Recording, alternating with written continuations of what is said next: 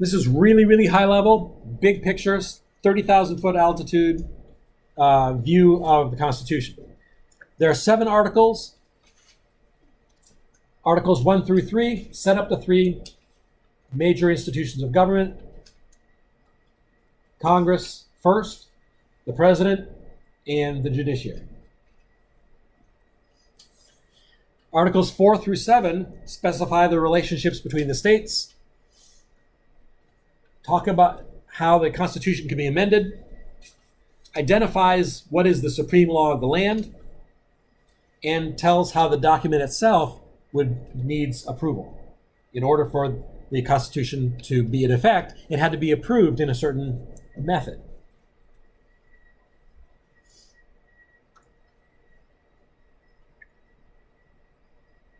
So the first 3 are about the major institutions of the national government. 4 through 7 talk about relationships then and processes.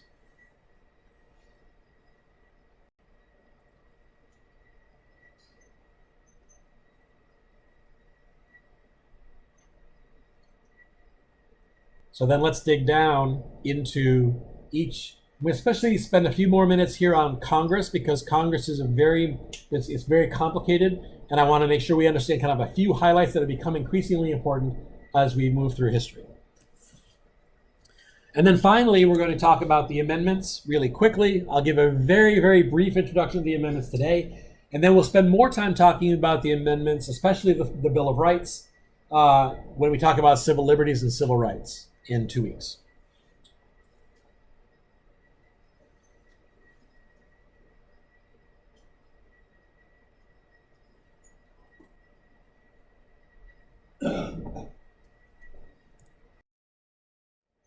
So Congress.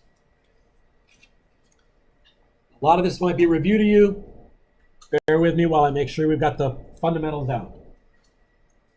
There are 2 houses in Congress. There's a House of Representatives and there's a Senate. The House of Representatives is known as the People's House because that's where we have our most direct say in terms of who gets to be there. The representatives there are most clearly representing the people. The Senate is called the Upper House or the Upper Chamber. It's designed to be a little bit more slow going, designed to be, originally we saw there was supposed to be representing the state governments themselves. Now it doesn't really represent state governments, but it still is supposed to operate with a little bit more of a slower pace. And we'll see that as we work our way through. In the House of Representatives, every state gets at least 1 representative, and every member serves a 2-year term. And there are no term limits as we currently have it. So a person gets elected for a 2-year term and then can serve as many 2-year terms as they can get elected to, or as they want to get elected to. So we end up with people, a handful of people who served 40, 50 years. So just recently, John Conyers retired from Congress. He's a member from Detroit. He was currently the longest serving member of the House of Representatives. He'd been there for 52 years. So he was elected the year I was born. He was there that whole time. Representation in the House is based upon the size of the state population. So what happens is every 10 years by the Constitution, the people in the country, everybody has to get counted, because the way you decide how many members of the House of Representatives each state gets is based upon how many people live there. So the more people in your state, the more representatives you get. And basically the way that it worked for the first 150 years or so is that they did the census, they counted all the people, and then they just kind of gave a state another representative. And the national government didn't really care how those representatives were distributed within a state. It said, here you go, here's another representative. Basically every 30,000 people. Beginning in the 19-teens, it came to be realized that the population of the United States was going to grow so much that if they kept on that pace, that we would end up with an extremely large Congress. So if we kept that same pace of 1 representative for every 30,000 citizens, we have 330 million people. That means we're looking at a House of Representatives of about 10,000 people. So in the 19-teens, 1920s, a law was passed that said, we have 435 members now, we are going to stop there. And so then what they do is every 10 years after the census, They count where everybody lives. They figure out what, basically, the process is they figure out what percentage of the population lives in each state, give every state at least one, and then divide up the rest according to the population. So every state gets one representative, and then they take the other 385 seats and divide them up according to population. So big states like California get 55 members. Medium-sized states like Michigan, we get 14 members. Small population states like Montana, they get no more members. So they get one, but no more. So the representation is based on state population. The bigger your state, the more votes your state gets in Congress. Under current law, the states are then, every census, are divided up into districts. So this isn't something that was set up in the Constitution. It was something that was set up once they froze the number of members, and once a series of Supreme Court decisions say you have to have equal numbers of people living in each congressional district. Then you, after every census, when new seats are assigned, then the lines in each state get redrawn so that each district has an equal number of people living in it as of that particular date. And then each one of those districts selects a single member. In an election process, they elect one member. So this process of electing a single member from each district is known as a single-member district system. European countries use a somewhat different system. Maine this year experimented with a slightly different system, but the basic principle is that each district, as a geographically distinct area, selects one person.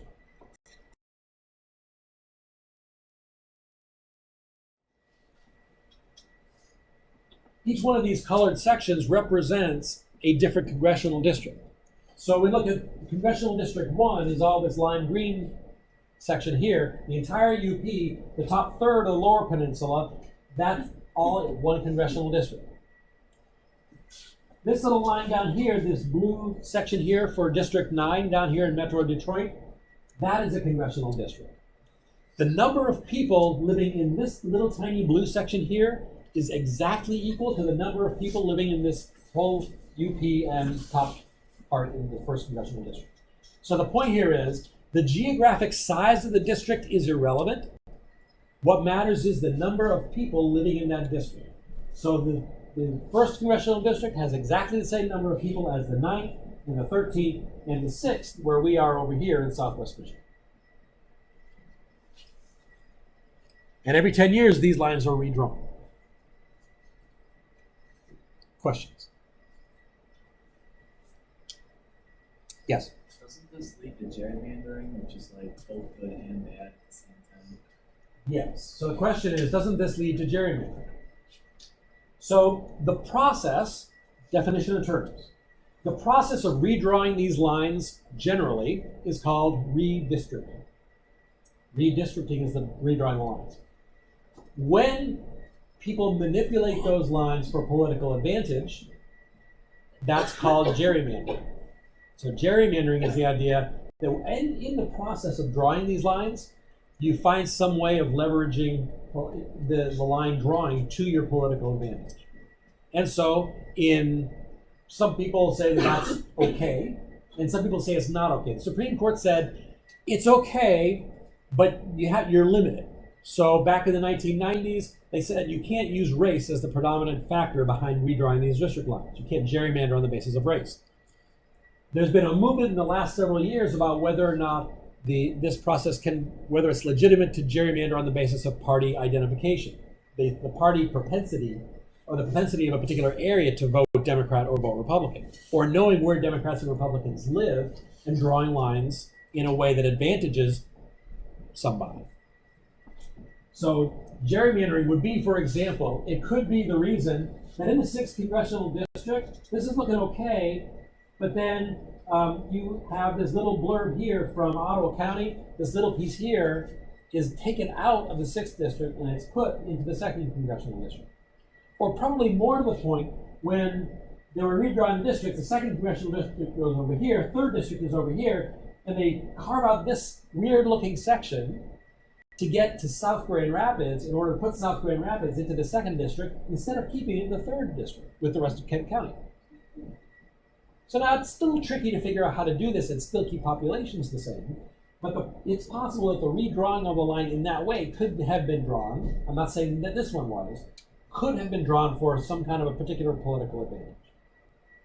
Now, in Michigan, up until this year, the way that we redraw our district lines is by members of the state legislature. Democrats and Republicans get together. They agree on a map. Majority of it is held by whichever majority in that committee, whichever majority is in the House and the Senate. And so in Michigan, majorities in both houses were Republicans, so they got more votes on that committee of redrawing the district lines. And so they redrew some of these district lines and plus the state legislative lines. And so they were sued saying that it sounds like, or it looks like you're taking advantage of this situation. So that just created some bad feelings. And so last year, you might have been watching this, in the 2018 elections, the people of Michigan voted to take the process of redrawing those district lines out of the hands of the state legislature and put it into the hands of an independent commission of people with Democrats, Republicans, and independents. So the process of people in office abusing the redistricting process led to, in Michigan, but also several other states, this movement to take it out of the hands of the politicians and put it into the hands of the public. Now, I think it's a little bit naive to say the politicians still won't have a hand in it, but they're trying to at least kind of make a better case that it's done by citizens rather than by people who benefit directly from the process.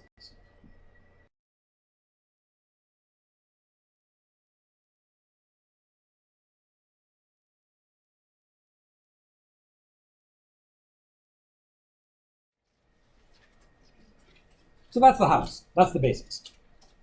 Now, in terms of the Senate, remember that the purpose of the Senate was not to represent the people, but to represent states. And then the people indirectly. So in this case, the Senate is set up. Go ahead and you can put away your phones and stuff like that. The Senate is designed to have equal representation of each state. So Michigan has the same number of senators as California does. It has the same number of representatives as Alaska does in the Senate. The members in the Senate serve 6-year terms. So when they get elected, they serve for 6 years, and then that seat has to stand for election again. But each seat is up on a rotating basis, so that you don't have the entire Senate up for election every year.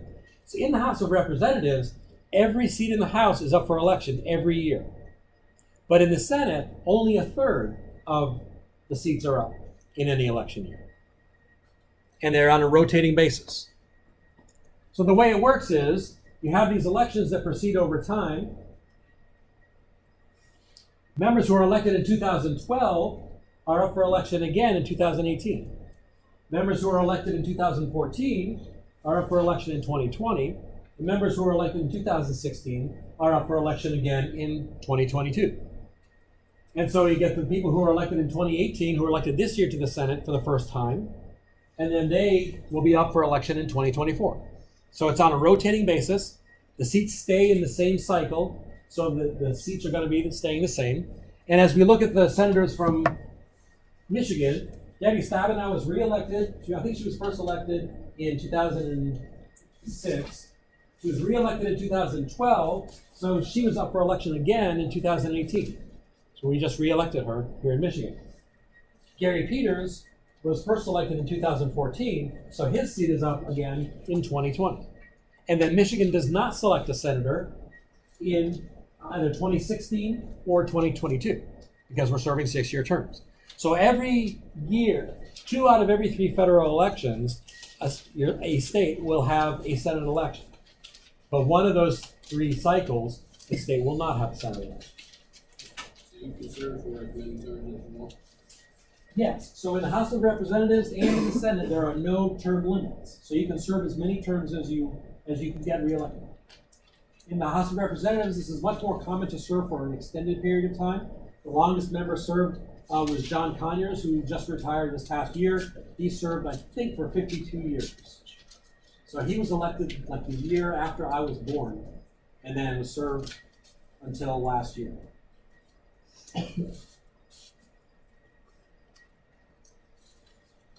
Other questions?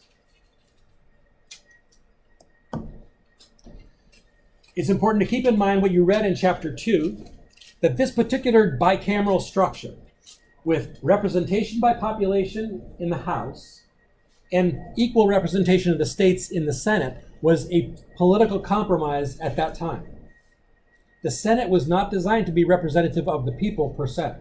It was designed to make sure that states had comparable representation in the federal government as a check on the federal government's power. Additionally, large states have overwhelming influence in the House of Representatives. And it's really easy for big states like California, Texas, New York to get pretty much whatever they want and overwhelm small states. But in the Senate, the states are equal. So the smaller states have a little bit of an advantage in the Senate, and the smaller states then can kind of balance off the power of the large states.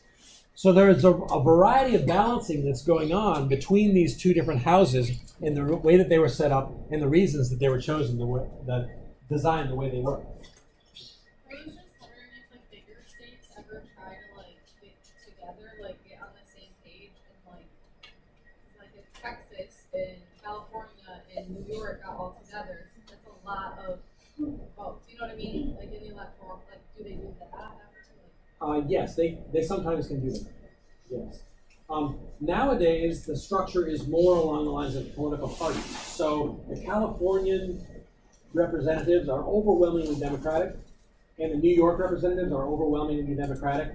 So they're voting together because they're Democrats, not necessarily because they're big states. Yeah. But in the Senate, they lose that advantage. So that smaller states like Alaska and Wyoming and Montana, they can gain a little bit more influence than they would have in the House. Because they can just get washed out in the House, but they can't in the Senate as easily. It's a balancing process.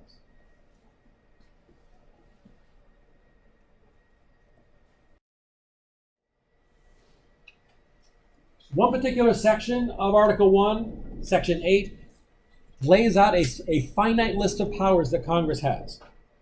Now, it's a long list. I'm not going to list all of them. They're not all here. But this gives kind of a representative list of the kinds of things that they're talking about. So what does Congress have the authority to do? Congress can't just do whatever it wants. It has limited authority in a particular set of areas. So the one, of course, that we love is that they get to impose taxes. You know that. They can provide for the common defense and general welfare, whatever that happens to mean. They can borrow money. We know now they're really good at borrowing money. They pass naturalization laws, including laws that give the authority of the president to manage naturalization if they want to. They coin the money for the country. They set up a federal court system. They can declare war. They pay for the armed forces. So the president can tell them to go where he wants them to go. But if Congress doesn't want to pay them, then they'll go there without pay. Kind of like today. So raise, support, and regulate the Army and the Navy. By implication, this would include a Space Force, the Air Force, and so forth. They have the authority to organize, arm, and train the militia that we now call the National Guard. So the National Guard, how many anybody in here in the National Guard or know folks in the National Guard? Okay, so the National Guard is part of the U.S. military, but it's under state control. How many of you watched the movie The Patriot with Mel Gibson? A few of you. Okay, this is an idea of militias at the Revolutionary War were state-based military units that were not run by central government. They were raised up by their own forces. So Congress has the authority to arm them and train them, but they're put under state control. So the governor of each state is actually the leader of the National Guard in that state.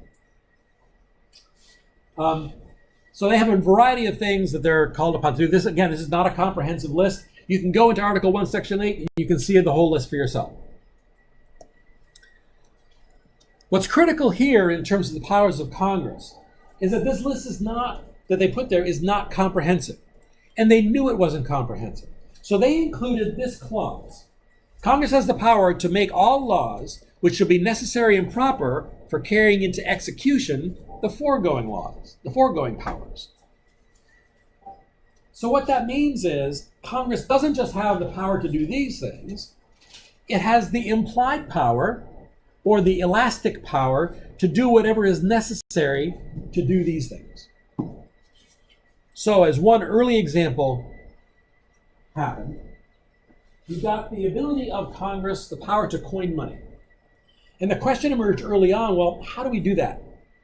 Well, they set up a printing process and a coining process. But how do you manage all of that cash? Well, the most logical institution to set up to manage all that kind of cash is a bank. So early on, one of the Congresses set up a national bank in order to manage its process of coining money. Opponents said, wait, the Constitution does not give you the power to establish a national bank. You can't do it. And so that case went before the Supreme Court because Congress passed a law saying we need a national bank. People said the Constitution doesn't say you can set up a national bank. So the question was, who's right? So the Supreme Court decided that because of this clause, in order to facilitate this power, it was reasonable to set up a national bank to make that happen. So this clause is known as the Implied Powers Clause or the Elastic Clause. Sometimes it's called the Necessary and Proper Clause. The idea is that they specifically gave Congress the power with unspecified power to do the things that is necessary to bring about the other powers. Now, one way that this has been leveraged to dramatically increase the power of Congress is through the General Welfare Clause. So Congress has the power to provide for the common, let's skip this part, provide for the general welfare. What does that mean? You can make the argument that anything you do is for the general welfare. The Affordable Care Act. Congress has no constitutional authority to manage anything related to health care. Look for it in the Constitution. It ain't there. Congress has no authority to have anything to do with education. Not there. So how does Congress get the right to pass Medicare legislation in the 1960s and pass the Affordable Care Act in 2010 and regulate our educational system? This and this. Its advocates say, we're mandated to provide for general welfare. That would include health care, education, the environment. This clause gives us the power to do this because we define general welfare in this particular area. Does that make sense? The use of that is new in the last 70 years. It's only really that this kicks in during the Great Depression, where this general welfare clause becomes used as leverage to expand the power of government beyond this relatively finite set of powers.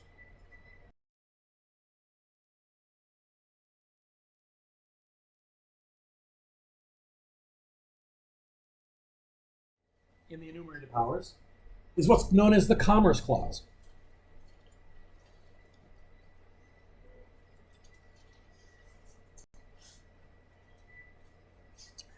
Part of Article 1, Section 8 says that Congress has the power to regulate commerce with foreign nations and among the several states and with Indian tribes.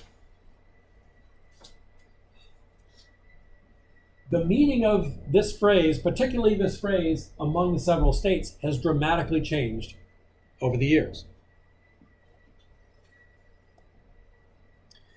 Among the several states, at the time the Constitution was written, what this meant was transportation of goods across state lines. So the understood meaning in the early years of the Republic was that Congress has the power to regulate the transportation of goods from one state to another state. Think, for example, of furniture made in Massachusetts being transported to New York. Congress has the power to regulate the transportation from Massachusetts to New York. Or let's say a stone monument built out of Georgia granite, transported up to Maryland. Congress has the power to regulate the transportation of that good from Georgia to Maryland. That's what this phrase meant at the time. So this would include things like setting up a roads system. What they really were concerned about was tariffs between the states, because they didn't want the states to be able to tax other state goods disproportionately. But it was also used as a way of building some kind of a general roads system. By the time you get to the 1950s, people's thoughts about what this phrase means changed. And so now this phrase, regulate commerce among the several states, means regulating any economic activity involving goods, services, materials, or impacts involving one or more state or their residents.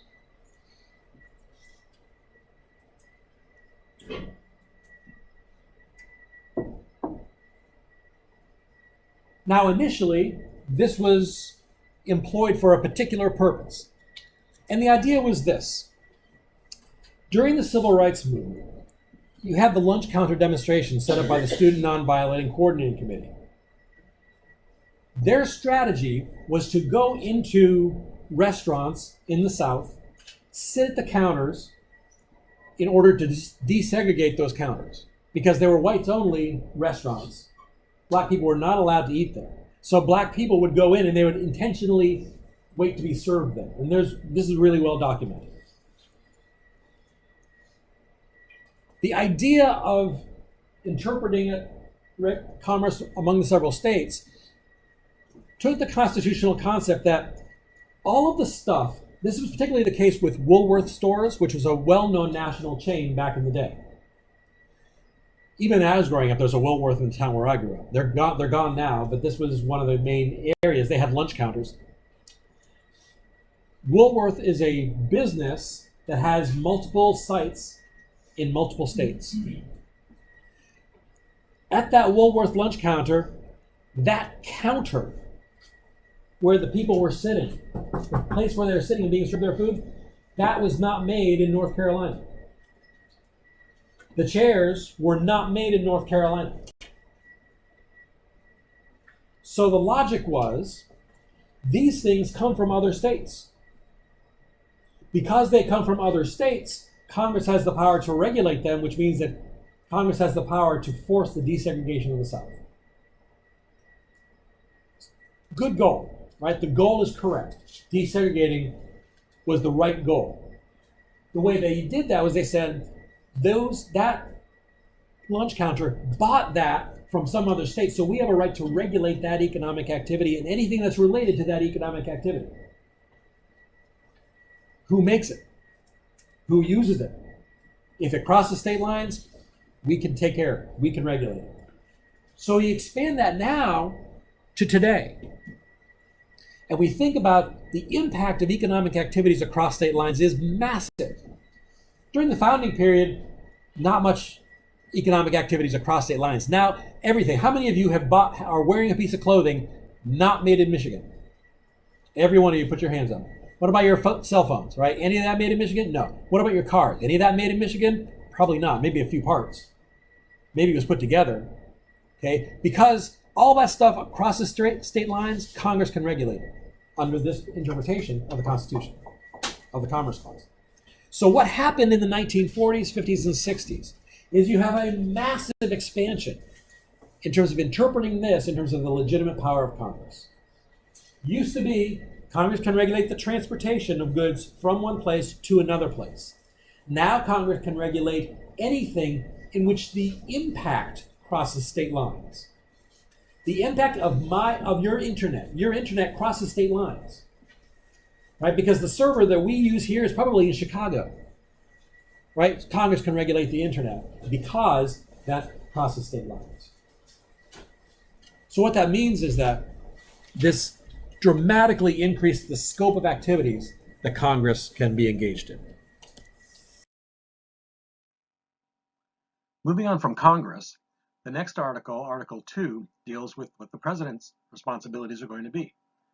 The president really is defined as the chief executive, that is, the person who's responsible for executing the laws that Congress passes. The president is given a 4-year term and is chosen through a process called the Electoral College. And we'll spend more time talking about that when we get to elections later on. 2 amendments made significant changes to the way the office of the president works. The first is the 22nd Amendment, in which the president is limited to 2 terms of 4 years each. This was passed in 1951. The 25th Amendment was passed after the assassination of John F. Kennedy, when there was real concern about what would happen in terms of the succession to the president's office when the president would be disabled or perhaps in surgery or something along those lines. So Congress then set up a line of succession and also included in that a process by which the president could be declared incompetent for a short time period based upon the opinions of the vice president and a majority of the cabinet. Article 3 deals with the federal judiciary, and this is the briefest of all of the articles that deal with the formal institutions of government. Federal judiciary itself is the justice system that's set up that manages federal questions, especially questions that handle federal crimes and then also handle questions about constitutionality of state laws or even federal laws that take place, in which hearings take place at a lower level. The judges for all the federal judiciary, not just the Supreme Court, are nominated by the president and then have to achieve a confirmation by the Senate. Federal judges receive lifetime appointments, and the argument here from the framers was that this enables the judges to maintain the political independence. By not having to stand for election, they wouldn't feel in the same kinds of political pressures that members of Congress would. And so if you don't feel like your job is on the line for your performance, then you can be more independent in your thought.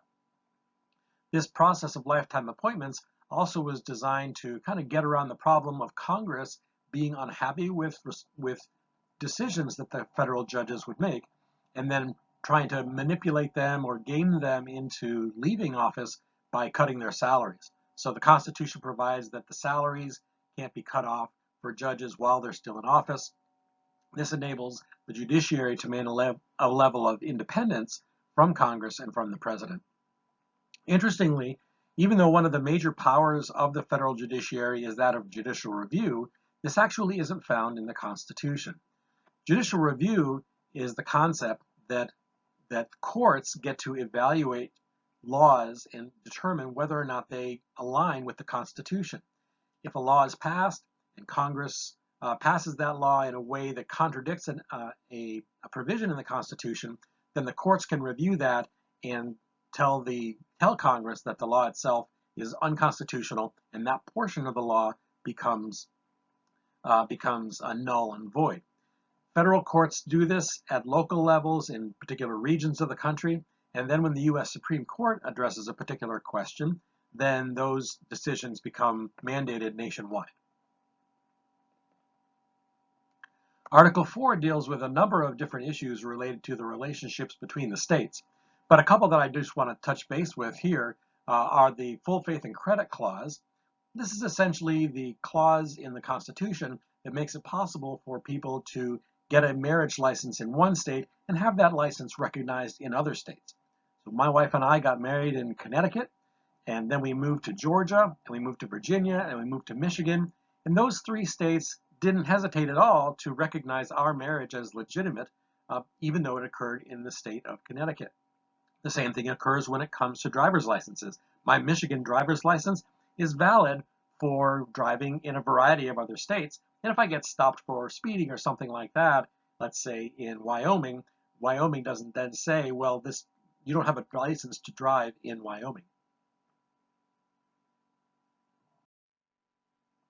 This particular provision was important when it came to the advancement of the same-sex marriage agenda, because they were able to go to a few states where there was a favorable political environment for recognizing same-sex marriage, getting the laws passed in those laws changed in those areas, and then going to other states and saying that under the full faith and credit clause, the marriages in one state had to be recognized by the governments of other states, even though same-sex marriage was not yet legal in those states.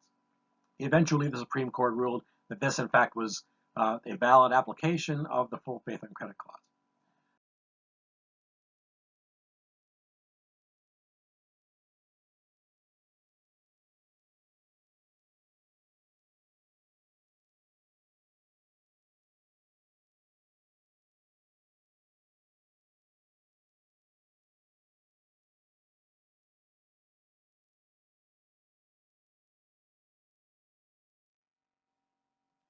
Finally, Article 5 deals with how to amend the Constitution. The framers understood that they could not anticipate all the changes that might be needed. They also anticipated that there might be things that didn't work out quite the way they expected, and so they set up a process for changing the Constitution through amendment. It's really a two-stage process, so let's take a look at that. And so this is a relatively complex process, but some people are talking today about amending the Constitution in some ways that haven't really been considered for a long time. And so I think it's useful for us to go over what the Constitution says about amending the Constitution. So it sets up a two-stage process, and the first part of that process is the proposal stage. And this is really, there's a low bar to proposing a constitutional amendment. In fact, thousands of amendments have been proposed to Congress. The key is, in order to get a proposal kind of officially on the road to ratification, is that both houses of Congress have to vote 2/3 in favor of the amendment. So, for example, when we had the Equal Rights Amendment that was proposed in the 1970s, both houses of Congress, the House and the Senate, each had a 2/3 majority that approved of that constitutional amendment. Of all the thousands that have been proposed, only 33 amendments have actually been proposed in this way and made over this hurdle. There's a second method, and that process is called the National Convention. And so this is where state legislatures, 2/3 of the state legislatures, petition Congress to hold a constitutional convention to revise the Constitution. So now there are a couple of groups that are actually trying hard at doing this. One group that I know of is called parentalrights.org. They're an organization that advocates for parents' rights. And so they're basically saying there's no chance that this constitutional amendment, they have the text of an amendment, there's no chance that this constitutional amendment will make it through Congress in this way. So instead, they're lobbying state legislatures and trying to get a number of state legislatures then to ask Congress to call for a national convention. And once you get 2/3 of the states who call for a national convention, then Congress does that. Now, there haven't been any cases in which this strategy has been successful up to this point. So of the variety of constitutional amendments that people have advocated for, none have actually used this method. So this is a new thing, and you might hear this discussed as being a convention of the states. There are some people calling for a convention of the states that are trying to do away with the Electoral College, for example. And so there are different kinds of strategies for getting this accomplished, but none of them have been successful thus far. One of the challenges for this national convention, and I have friends who are advocating on the parental rights constitutional amendment, and I agree with it. My problem is that I think that they would be opening a can of worms, because you'd have to actually have the rules for how to have a national convention and exactly what can be considered in that national convention really precisely defined. Otherwise, a national convention to revise the Constitution could really open up a can of worms with covering all kinds of things that the people that I agree with in this particular issue, that they don't even consider. And the prime example of this for me is the last constitutional convention we held. The original constitutional convention that for our Constitution now, was called under the Articles of Confederation, and they called that convention to revise the Articles. But instead what they got was a completely new document. So once you open that door, then there's a lot of reform and a lot of groups who have a lot of things they want to do in the Constitution that they could potentially get done if the wording for the Constitutional Convention itself is not very, very precisely and narrowly defined. Once you have a proposal that goes through Congress, really in this case, then there are two possible methods for ratifying it. Ratifying basically means the approval process for changing the Constitution and adding the amendment to the Constitution.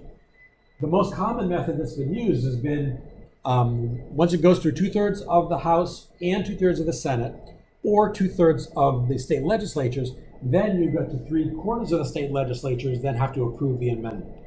So this is an important element of federalism, that the national constitution, in order to be changed, has to have the approval of a supermajority. 3/4 of the states have to approve of a change to the Constitution. Of the 27 amendments that we have on the Constitution now, 26 of them have been ratified in this way. Goes through Congress, and then it gets approved by the state legislatures. The second option for doing ratification is having constitutional conventions in the states.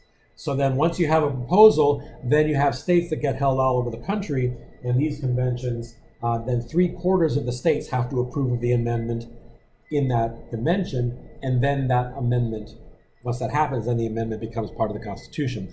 Only one constitutional amendment has been approved in this way, and that's the 21st Amendment. Does anybody remember what the 21st Amendment does?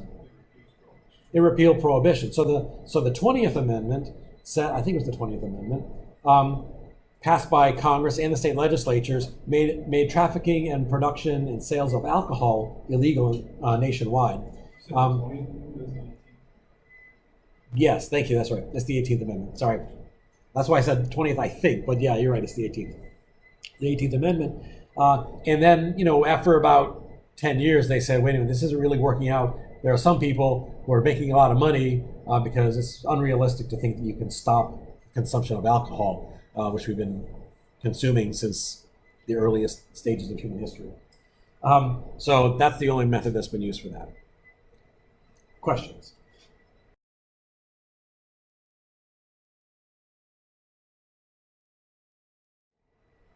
All right.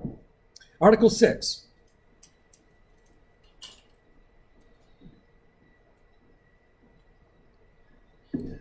The most broad part of Article 6 deals with the question of the supremacy of the national constitution. And the language here matters a lot. As we talked about maybe the first or second week of class, most people, when you ask them what's the supreme law of the land, will say the Constitution. But that's only a partial answer. Indeed, Article 6 says this Constitution shall be the supreme law of the land, and the judges in every state shall be bound thereby, anything in the Constitution or laws of any state to the contrary notwithstanding. So the national Constitution clearly is expressed as supreme to any state law. That's clear. What we often forget is the sections that are in the middle. So for example, the next phrase is this Constitution and the laws of the United States, which should be made in pursuance thereof. That is, the laws that are made by the United States government, acting from the Constitution. So constitutional laws passed by Congress are the supreme law of the land, and state judges are bound by it. So it's not just the Constitution, it's also the laws that are constitutional, passed by Congress. Moreover, the next phrase says, and all treaties made under the authority of the United States.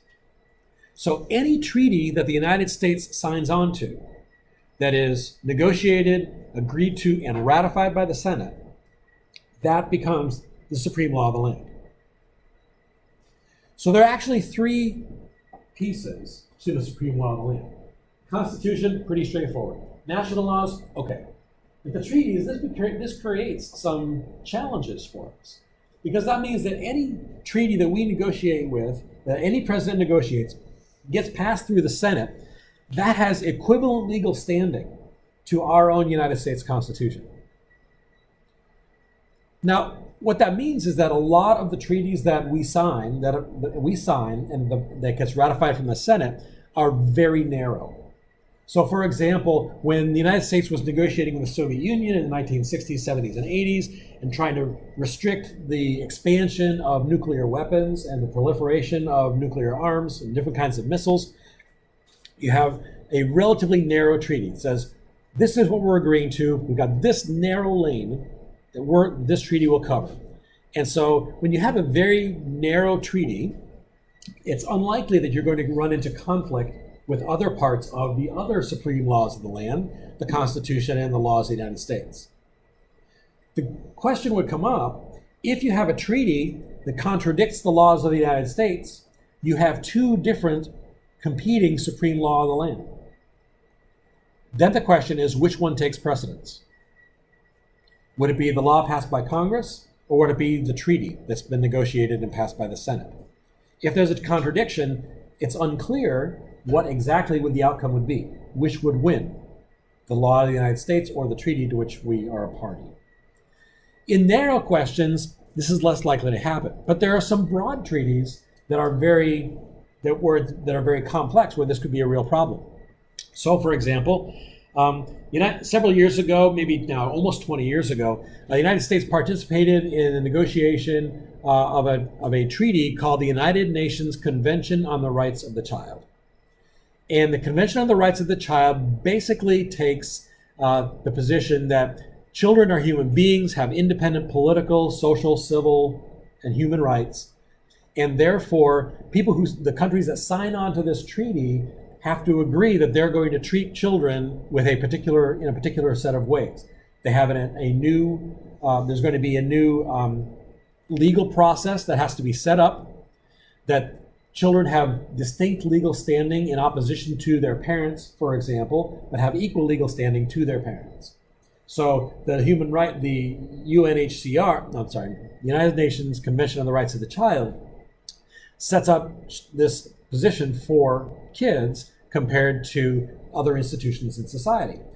Part of what the convention says is that you set up, then every country that signs on to this has to sign on to setting up a new layer of judicial process in order to process children's claims. So the problem for the United States would be, we already have courts that do this. So it would be either doing away with our existing courts, or it would involve setting up an entirely new set of courts that oversee or that dominate over our existing state and federal courts that manage children and families already. So the United States actually has not ratified this treaty. It was negotiated in the early 90s. Bill Clinton helped them negotiate it through Madeleine Albright, his Secretary of State at the time. But it has never actually been brought to a vote in the Senate. So we're not really a party to it. There are only two countries on earth that have not signed on to the United Nations Convention on the Rights of the Child: the United States and Somalia. Somalia is a failed state, has no functioning government really to speak of. Right? And so the problem is, what is wrong with everybody else? Even countries like China and Thailand and Bangladesh, countries that we know have brutal human rights records, especially toward children, they sign on to the United Nations Convention for the Rights of the Child. What's wrong with the United States? And by the way, how do they get away with all the human trafficking and all the abuse of children that goes on in those countries that is in direct violation to the Convention on the Rights of the Child? And here's the difference. In virtually every other country, when that country signs on to a treaty and the treaty is ratified and agreed to and becomes part of their law, it's advisory. That is, it kind of sets general goals and says, this is what you should kind of try to do. But in the United States, if we signed on to this, it becomes the supreme law of the land. And then we're dealing with all kinds of conflicts between the treaty that exists, the Convention for the Rights of the Child, and all of the other existing laws, especially state laws, that exist in the United States. So that we have a real conflict, because it also contradicts parts of our national laws. So we have national laws that contrast starkly with the Convention on the Rights of the Child. Both of those, the laws of the United States and the treaties, would become the supreme law of the land, which would take precedence. How would we navigate that? And so it becomes not just advisory, like a good idea, it becomes something that is mandatory, obligatory. So that's one of the reasons that many politicians, especially senators, have said, there's no way we are going to sign on to this. This is actually a bipartisan question. The people who support it are largely really progressive liberals, kind of with a more global viewpoint. The people who are opposed to it have less of that perspective and are more concerned about what does that mean for American sovereignty, that we'd be setting up our country's authority under another authority that this convention sets up. So it creates a real conflict in the United States that it doesn't create in China or Thailand or Bangladesh. Questions? Okay. Finally, one part of Article 6 that I think is worth mentioning in the current political climate is that Article 6 says that no religious test shall ever be required as a qualification to any office or public trust under the United States. Basically, what that means is that we cannot ask you about your religious beliefs when you're being considered for a public job. So if you're going to become a senator, if you're going to become a representative, if you're going to become an administrator in a government bureaucracy, your religion is irrelevant. It's completely off the table in terms of what matters constitutionally for your qualification for that job. Yes? What about like swearing in on a Bible? There's nothing in the Constitution that says that a president has to be sworn in. Right, there's nothing in the Constitution that says you have to be sworn in on a Bible. Right, so, but people do, because it's a symbol of it's supposed to be a symbol of kind of the seriousness with which you take the oath of office. But for the new Congress, we had a wide variety of documents that were used. We had a couple members who chose a Quran. We had one member who chose a book of statutes.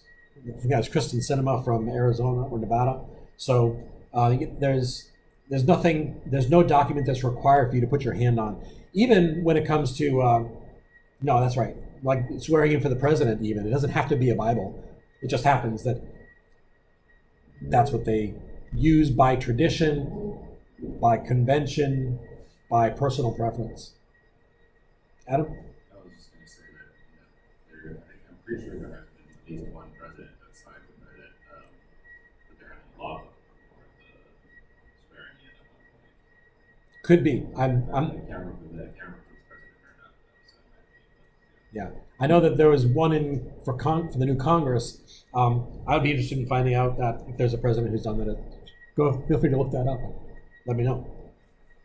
The reason I bring this up now is that in the last year or so, last couple of years, there have been a couple of circumstances where people nominated by President Trump to be bureaucratic leaders in the bureaucracy, holding office in the bureaucracy, have been questioned by senators about their specific religious affiliation and their religious beliefs.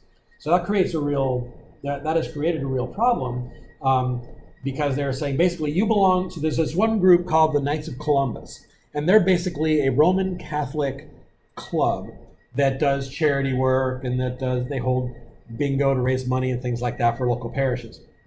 So the Knights of Columbus is this Roman Catholic group, and there have been a couple of members people who have been nominated to hold office who have been members of the Knights of Columbus.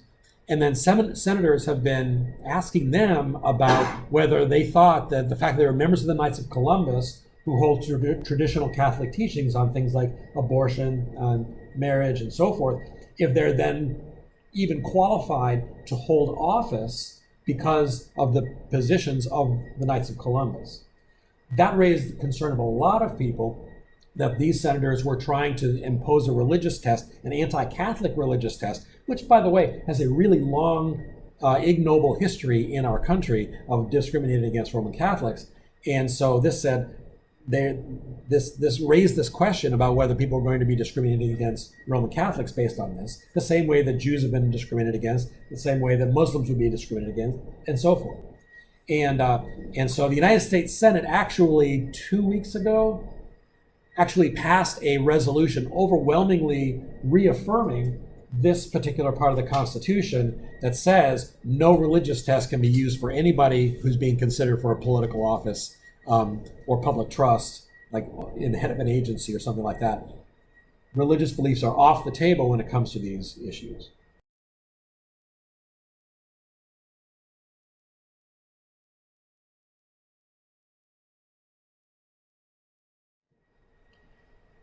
The last couple of pieces of the Constitution. Article 7 talks about the ratification of that Constitution.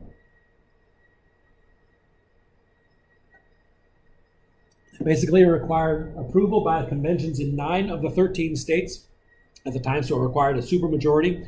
Once the 9th state approves it, then the Constitution becomes valid. And so the first state to ratify was Delaware. The 9th state to ratify was New Hampshire. And so both states claim to be the first state to ratify the Constitution. So they have kind of contest going on between two competing claims to that. Interestingly, this particular method of approving this Constitution was unconstitutional at the time. Under the Articles of Confederation, in order to change the Articles of Confederation, which is what the whole thing does, you needed a majority, you had to have a unanimous vote of all of the states in Congress at the time. So in a really clever political move that was really unconstitutional at the time, the authors said, there is no way we're going to be able to get a unanimous vote in Congress for this new document. Let's set up a completely different process for approving of this Constitution. And so they did. And by and large, people went along with it. I mean, there was opposition to it for sure, but eventually this method was accepted, and they went through the process. Then eventually, all the states ratified it, and it became the Constitution, the new Constitution, replacing the Articles. The last piece are the first 10 amendments to the Constitution, which you know are called the Bill of Rights. This was actually part of a negotiation during the ratifying process. The Anti-Federalists, as you know from the book, the Anti-Federalists were largely opposed to the new Constitution. They were concerned that the new Constitution created a central government that was too powerful. And so they kind of haggled with the people who wanted the Constitution and said, you know what we need? We want more robust protections against government power. Now, the authors in Philadelphia, they thought they were creating robust protections. And we'll look at some of that stuff as we move through the course. But they were not satisfied. The Anti-Federalists were not satisfied with this. And so they said, if you want us to go along with the new Constitution, we need to have a promise that there are going to be much more detailed set of protections against government tyranny than you have already in the document. And so they agreed, all right, we're going to put together a bunch of amendments. And one of the first things we'll do when we get to Congress is we're going to pass these amendments that restrict the power of the government. So when you think about things like the right to free speech, the right to freedom of religion, the right to freedom of expression, the right to a free press, the right to own weapons, protection against government abuse by illegal, unreasonable searches and seizures, the privacy of your own home, the criminal due process protections that we have when we're accused of crimes by the government, all of those came about through the first 10 amendments to the Constitution. They were all specifically laid out in order to limit and constrain the power of a newly empowered central government.